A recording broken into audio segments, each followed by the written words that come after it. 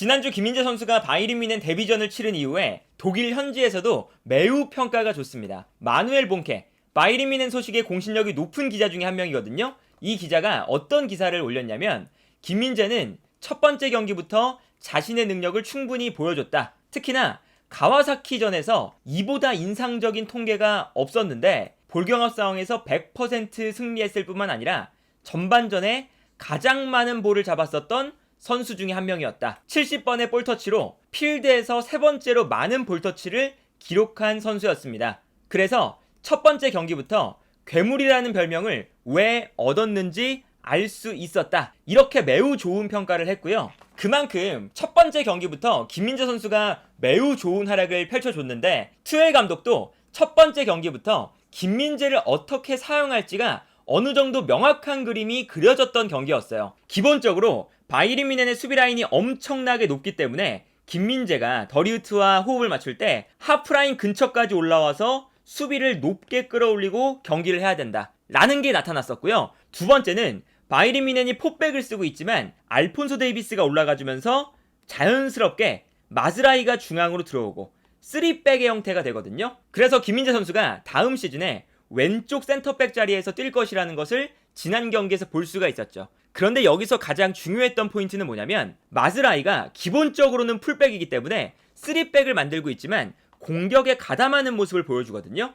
그리고 이러한 전술은 첼시 시절의 투엘 감독이 아스필리쿠에타를 활용해서 아스필리쿠에타, 티아고 실바, 리디거 이렇게 3백을 만들고요. 그때 당시에는 오른쪽 윙백 자리에 제임스가 있었고 오른쪽 중앙 수비수 자리에 아스필리쿠에타가 배치될 때 아스필리쿠에타가 공격에 가담해주면서 오른쪽 공간에서 많은 공격들이 이루어졌었죠. 그런 것처럼 아마 바이에른 뮌헨도 마즈라이가 3백을 만들고 있지만 공격에 가담하는 빈도가 아마 김민재보다는 훨씬 더 많을 것으로 예상이 돼요. 그런데 자연스럽게 마즈라이가 조금 더 올라가서 비대칭적인 3백이 만들어지니까 어떤 모습이 나타나냐면 상대팀이 수비할 때 자연스럽게 바이에른 뮌헨의 선수들이 오른쪽에 모여있다 보니까 한쪽 측면으로 선수들이 쏠릴 때가 많습니다. 그리고 이렇게 상대팀 선수들이 한쪽에 쏠리면 반대편의 공간이 넓게 발생할 때가 많았거든요. 그리고 이 공간으로 바이에른 뮌헨이 한 번의 방향 전환을 하면서 여기서 이제 공격이 전개되는데 당연하게도 김민재 앞쪽에 있는 라이머,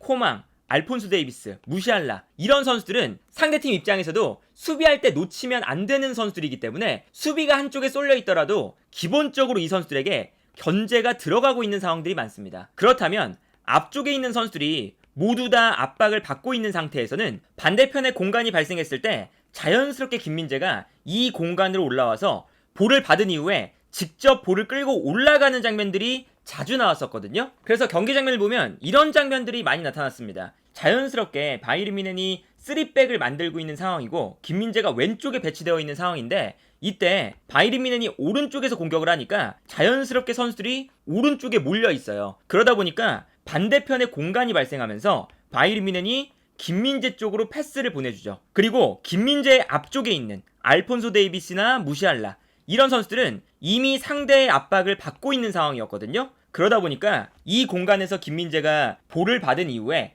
볼을 끌고 직접 드리블을 해서 올라가고 있는 장면을 볼 수가 있었고요. 자신이 직접 볼을 끌고 올라온 다음에 측면으로 올라가고 있는 알폰소 데이비스에게 패스를 보내주면서 바이에른 뮌헨의 공격을 주도하는 장면을 볼 수가 있었죠. 이 장면도 보시면 바이에른 뮌헨이 기본적으로 오른쪽에서 공격을 많이 전개하고 있었다 보니까 한쪽 측면에 선수들이 모두 쏠려 있어요. 그러다 보니까 반대편 측면에 공간이 발생하고 이때 바이에른 뮌헨은 반대편 공간으로 패스를 보내주고 김민재가 올라와서 직접 볼을 끌고 올라가는 모습을 볼 수가 있거든요. 그리고 여기서 김민재가 심지어 무시알라에게 패스를 보내주고 자신이 직접 측면으로 오버래핑까지 하는 장면을 볼 수가 있었죠. 물론 이 장면에서 김민재가 오버래핑을 했을 때 투엘 감독이 이러한 장면은 좀 과도했다 라고 경기가 끝난 이후에 인터뷰를 하기도 했지만 기본적으로 3백을 만들 때 왼쪽에 김민재가 배치되고 오른쪽 중앙 수비수 자리에 마즈라이라던가 파바르라던가 풀백을 볼 수 있는 선수가 배치가 되면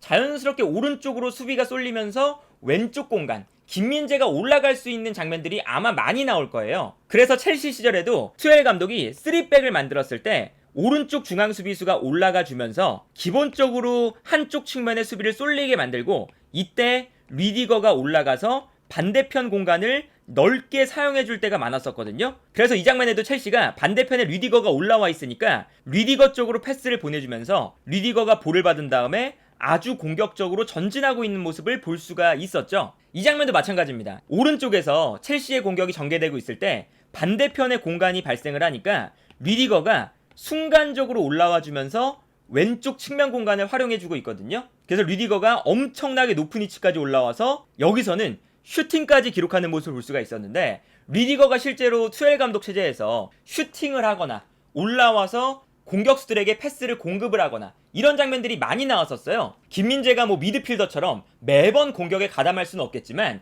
오른쪽 측면에서 바이에른 뮌헨의 공격이 전개되다가 순간적으로 왼쪽 측면에 공간이 발생했을 때 그 공간을 김민재가 빠르게 올라와서 채워주고 그 공간에서 김민재가 패스를 뿌려주거나 조금 더 공격 작업에 참여하게끔 만드는 그러한 플레이들은 아마 다음 시즌에 많이 나오지 않을까라는 생각이 들고요. 그리고 지난 경기에서 굉장히 인상적이었던 부분은 어떤 게 있었냐면, 바이에른 뮌헨이 전방 압박을 할 때도 되게 재밌는 게 왼쪽 측면 공격수가 오히려 중앙으로 들어갑니다. 그리고 알폰소 데이비스가 엄청나게 올라와서 전방 압박에 가담을 해요. 그래서 전방 압박을 할 때도 기본적으로 바이에른 뮌헨의 수비 라인은 3백을 형성하게 됩니다. 그러다 보니까 상대팀이 오른쪽 측면에서 볼을 소유했을 때 알폰소 데이비스가 엄청나게 올라가서 전방 압박을 하고 있는 모습이 나오거든요. 마치 공격수처럼. 그러다 보니까 알폰소 데이비스가 커버해야 되는 왼쪽 측면 공간에 상대팀 선수가 위치하게 되면 이때 김민재가 높게 올라가서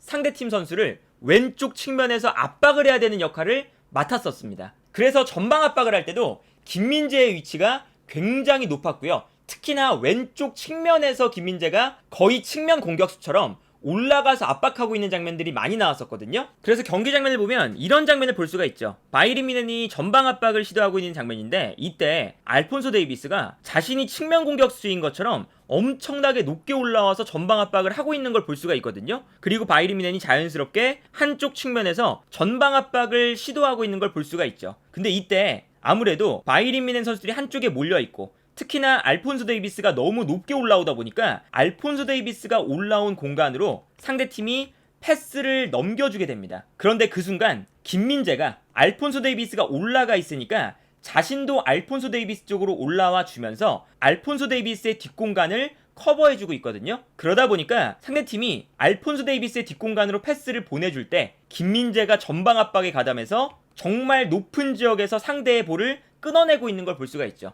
이렇게 김민재가 알폰소 데이비스가 올라갔을 때 자신도 같이 올라가서 전방 압박에 가담해주기 때문에 바이에른 뮌헨의 전방 압박이 정말 공격적으로 이루어질 수가 있는 거고, 여기서는 김민재가 볼을 끊어낸 이후에 자신의 앞쪽에 아무 선수도 없다 보니까 직접 볼을 끌고 올라가서 심지어 드리블을 매우 잘했죠. 여기서 1대1 상황에서 상대 수비수를 완벽하게 돌파한 다음에 측면에서 크로스를 올려주는 이러한 장면까지 나왔습니다. 이 장면은 아까 투엘 감독이 이야기했던, 약간 오해하시는 분들이 계시더라고요. 오버래핑이 너무 과도했다, 그 장면에 해당이 안 되는 장면입니다. 오버래핑이라는 것은 앞쪽의 선수가 볼을 가지고 있을 때 볼을 가지고 있지 않은 선수가 빠르게 올라가 주면서 공격에 가담해 주는 걸 의미하거든요. 그래서 아까 장면은 이런 장면이었죠. 무시할라가 볼을 잡고 있을 때 김민재가 뒤에 있다가 볼을 가지고 있지 않은데도 무시할라의 뒤쪽으로 움직여주면서 공격에 가담하는, 이렇게 볼을 가지고 있지 않은데도 수비 라인을 벗어나서 올라간다는 게 약간 과도한 점이 있었다는 거지, 이 장면처럼 볼을 끊어냈을 때는 자신이 올라갈 수 있을 만한 상황이 된다면 직접 볼을 끌고 올라가서 심지어 측면을 무너뜨린 다음에 크로스까지 올리는 이러한 장면은 투엘 감독이 기본적으로 매우 좋아하는 플레이 중에 하나입니다. 그래서 투엘 감독이 첼시를 맡았을 때는 류디거 또한 이렇게 올라와서 볼을 끊어냈을 때는 직접 볼을 끌고 드리블을 하는 장면들이 많이 나왔었거든요. 그래서 지난 경기를 보시면 계속 이런 장면이 나와요. 알폰소 데이비스가 왼쪽 풀백임에도 불구하고 정말 최전방까지 올라가서 상대를 압박하고 있는 걸 볼 수가 있고, 그러다 보니까 김민재도 알폰소 데이비스의 뒷공간으로 높게 올라와서 압박에 가담하고 있는 걸 볼 수가 있죠. 이렇게 김민재가 높은 지역까지 올라와서 압박을 하다 보니까 자연스럽게 상대팀을 한 명씩 다 마크할 수 있는 수적인 우위 형태가 만들어질 수가 있었습니다. 그러다 보니까 김민재가 높게 올라와서 알폰소 데이비스가 미처 돌아오지 못했을 때 김민재가 올라와서 전방 압박을 하고 여기서 볼을 빼앗는 장면들이 계속해서 나왔었죠. 그리고 김민재가 이렇게 공격적으로 올라와서 수비하는 플레이가 이 선수의 장점이다 보니까 투엘 감독의 공격적인 축구에서 매우 어울리는 수비 형태다 라고 볼 수가 있었고요. 그래서 다음 시즌에는 물론 김민재 선수가 아직까지 투엘 감독 체제에서 45분밖에 뛰지 않았지만 기본적으로 김민재가 높게 올라오고 알폰소 데이비스가 올라갔을 때 그 뒷공간을 커버를 하고 알폰소 데이비스가 전방 압박을 할 때는 김민재가 높게 올라가서 자신도 마치 풀백처럼 하프라인을 넘어서 전방 압박하는 장면들이 많이 나올 거고요. 오른쪽 측면에서 볼이 전개될 때 상대 수비가 한쪽 측면으로 쏠리면 자연스럽게 왼쪽 측면에 공간이 발생하면 김민재가 또 높게 올라와서 공격에 가담하고, 그리고 이러한 플레이가 사실은 나폴리에서도 했었던 플레이이기 때문에 아마도 김민재 선수가 바이에른 뮌헨에 적응하는 것이 그렇게 어렵지는 않을 것이라는 생각이 들고요.